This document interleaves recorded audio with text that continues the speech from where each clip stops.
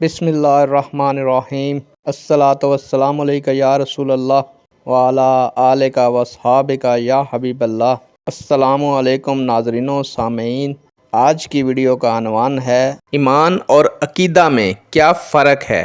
امید کروں گا کہ یہ معلومات آپ کے علم میں اضافہ فرمائے گی اور آپ اس ویڈیو کو شیئر کریں گے، چینل کو سبسکرائب کریں گے تاکہ ہمارے دوسرے مسلمان بھائی بھی اس معلومات سے مستفید ہو سکیں۔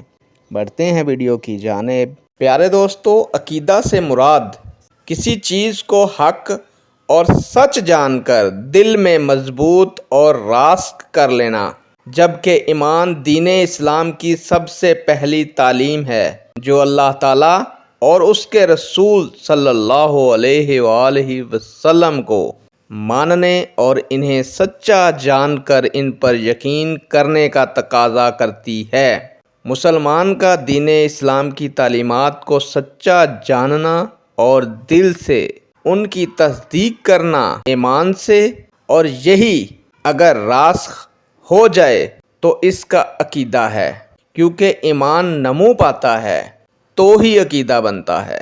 نیک دعاؤں کے ساتھ آپ سے اجازت چاہوں گا۔ اللہ تعالیٰ آپ کا اور میرا حامی و ناصر ہو۔ اللہ حافظ۔